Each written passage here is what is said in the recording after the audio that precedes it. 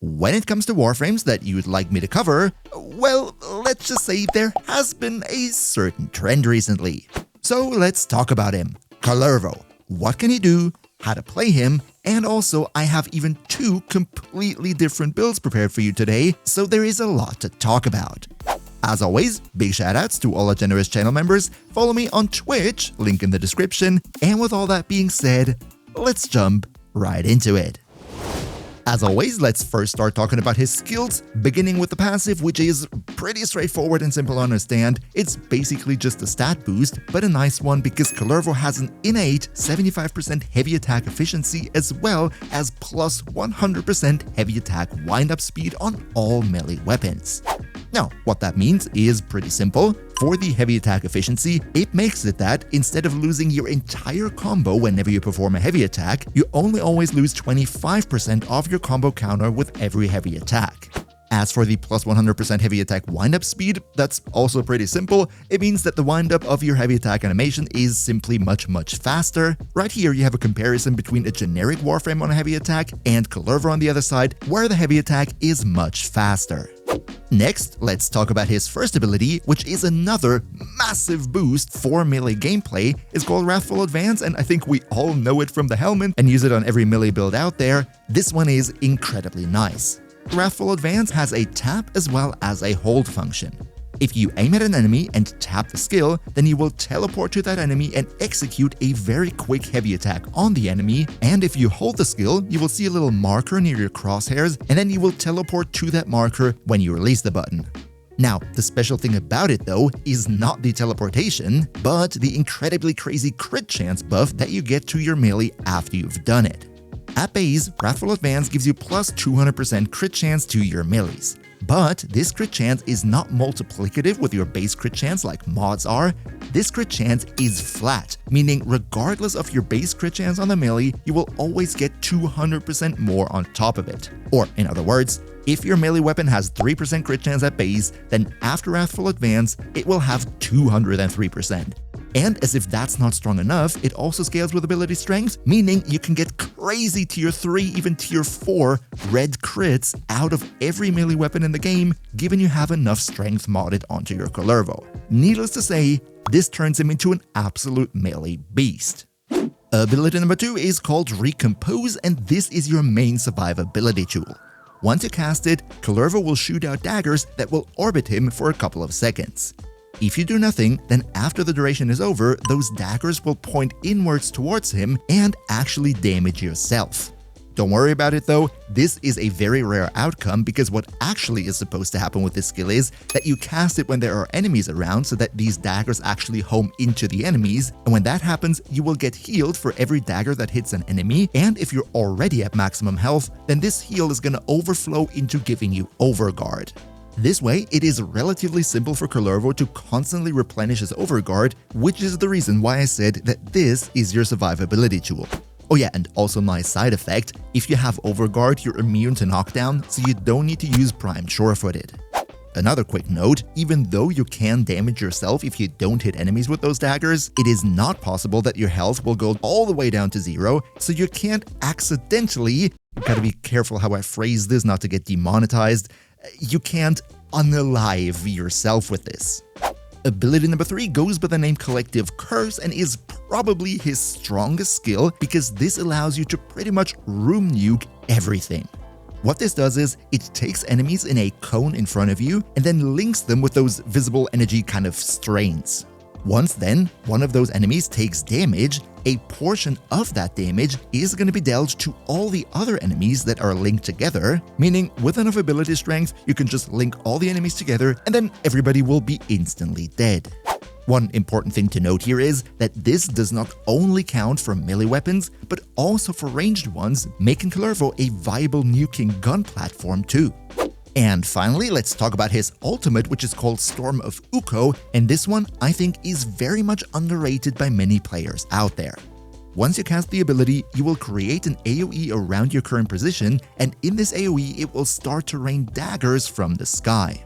If those daggers hit enemies, they will deal damage to them and also inflict slash status, At base, that's pretty much it, and also the damage here is not all that amazing compared to the rest of his kit, which is why most players subsume something else from the helmet over this ability. However, there is more to it. If you, for example, link enemies together with your previously mentioned third ability and then cast the 4, then each dagger hit on each of those enemies will also automatically damage all the other enemies. And because of the fact that every single enemy is constantly being hit by those daggers, as you can also see right here, this creates a very strong chain link of damage which manages to drastically reduce the kill time for every enemy in the AoE. And as if that's not enough, Storm of Ukko also has an augment which is pretty interesting and, depending on your build, might or might not be necessary.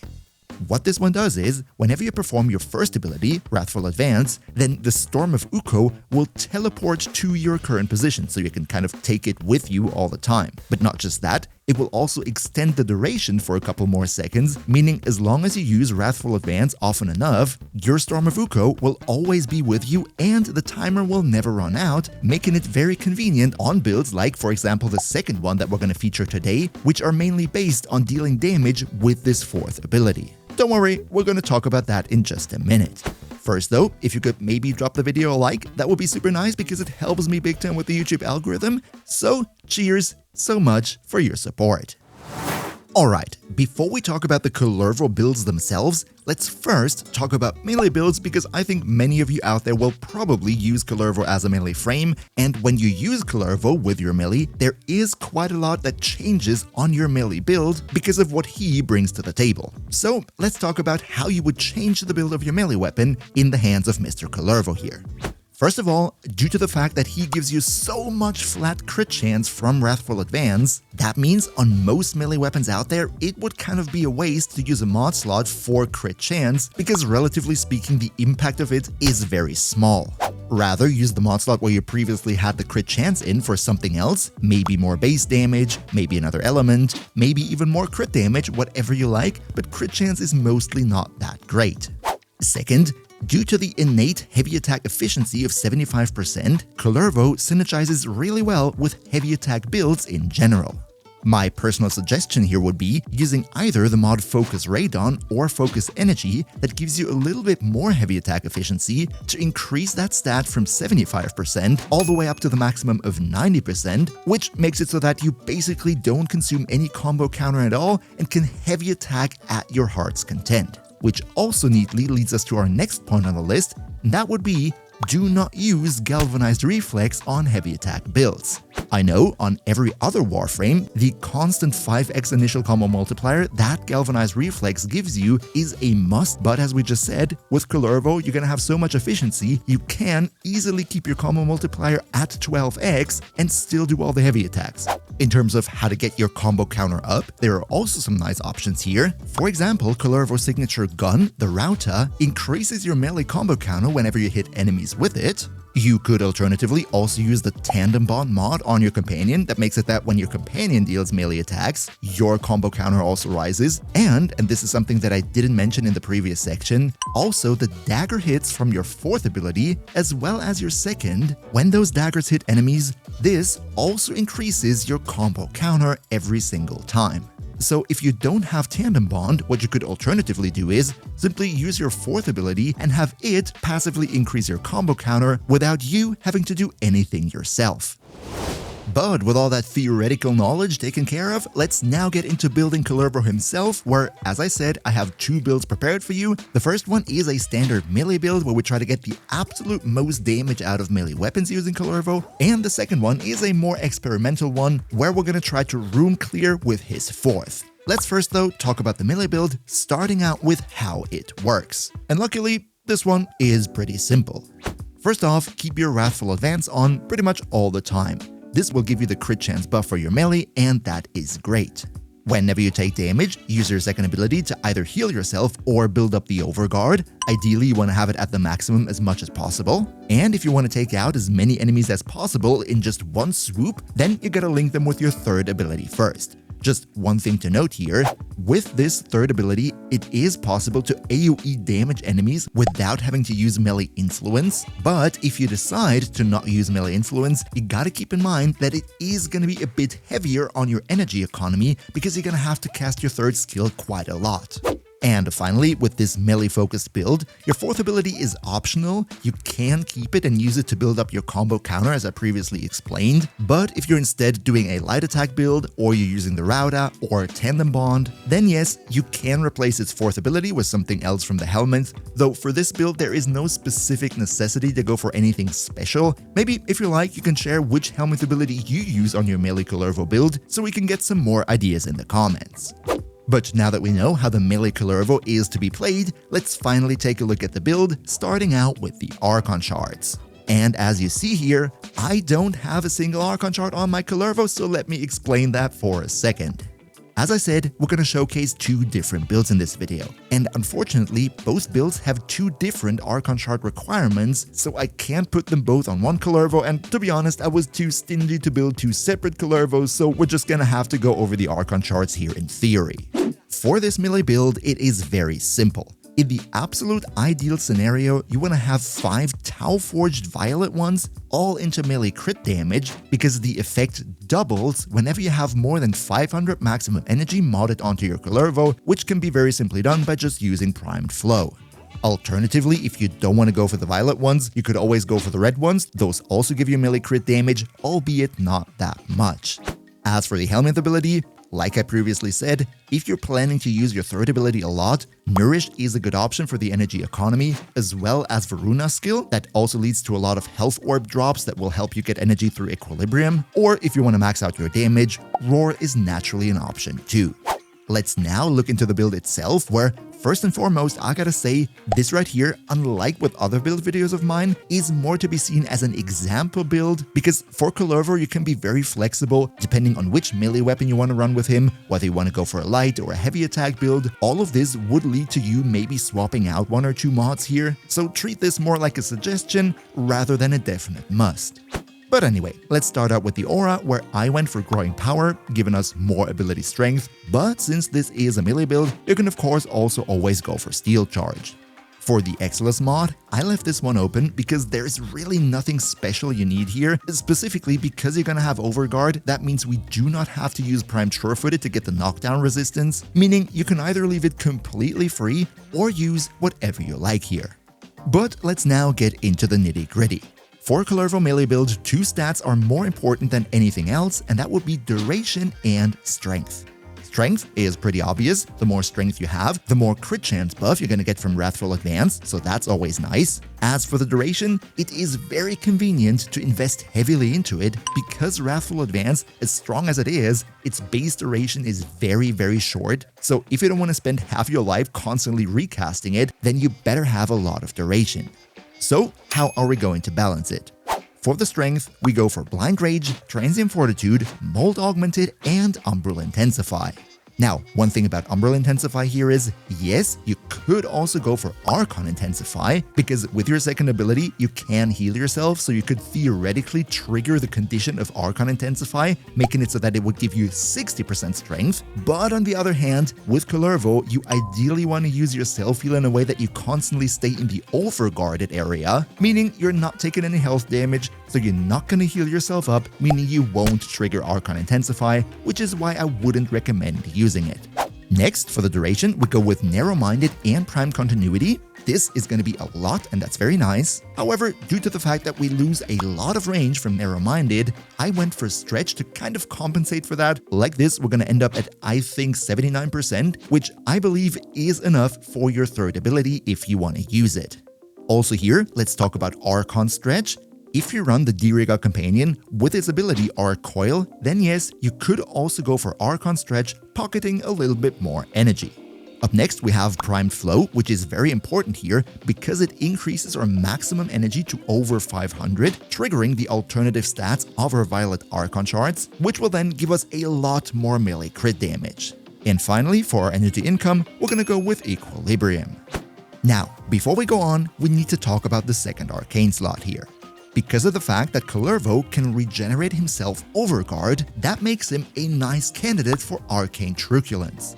What Arcane Truculence does is, whenever you regenerate an amount of 3000 overguard, it will inflict all the enemies around you in a quite large AoE with 10 viral status effects. This makes it a great passive viral primer. However, on Kullervo, there is a little problem with that. With your damage linking ability and maybe even using melee influence, there can be situations where you're taking the enemies out so fast that they barely even get a chance to hit you in the first place.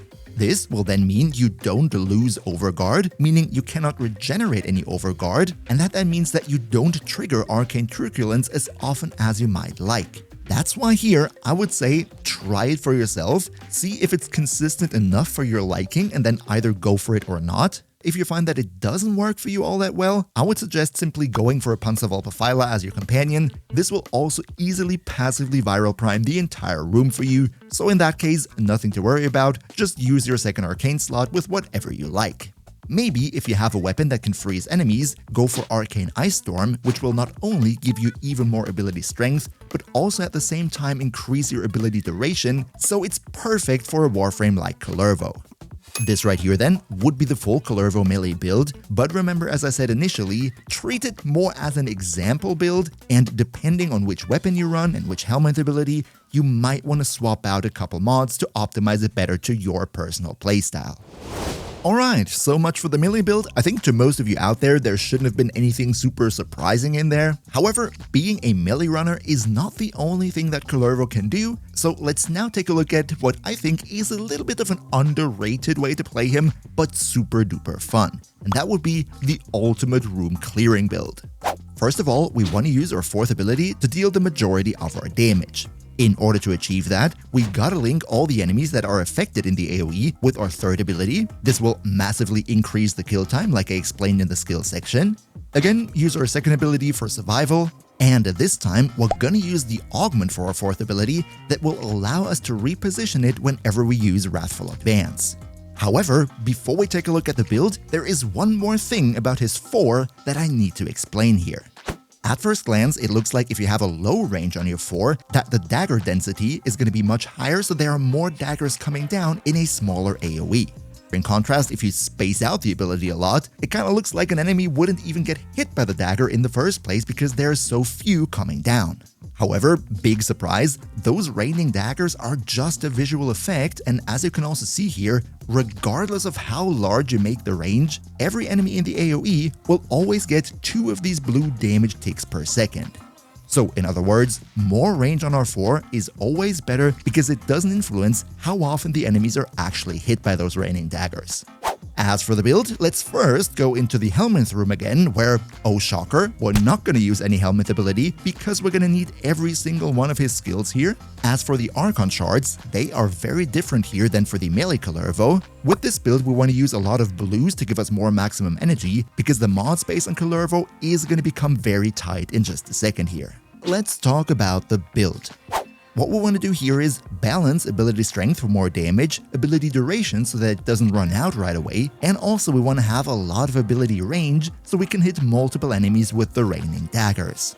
For the ability strength, we go for Blind Rage, Mold Augmented, Power Drift, and very important, Precision Intensify, which doesn't affect our skills 1 to 3, but therefore gives 90 massive % of ability strength to our 4, which is exactly what we need on this build here. For the duration, we go with Prime Continuity as well as Constitution. The range is covered by Stretch and Overextended.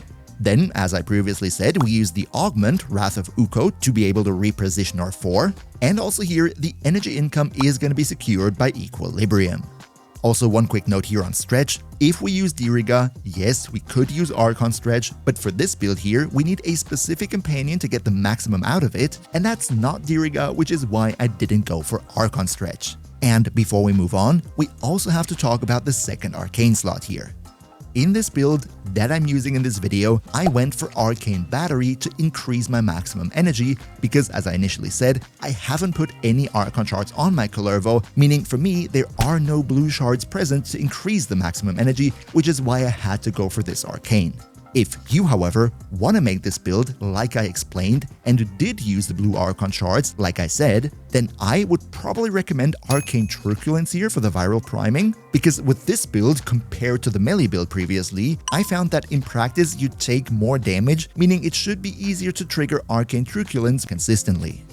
This right here then is the screenshot of the full build, and that should be it. However, there are two more important points that we need to mention when talking about this build here. The first one would be our mandatory secondary weapon, and that is the Grimoire. See, this build right here is going to be very heavy on the energy, and because we need all 4 abilities, we can't use a helmet skill to solve this problem.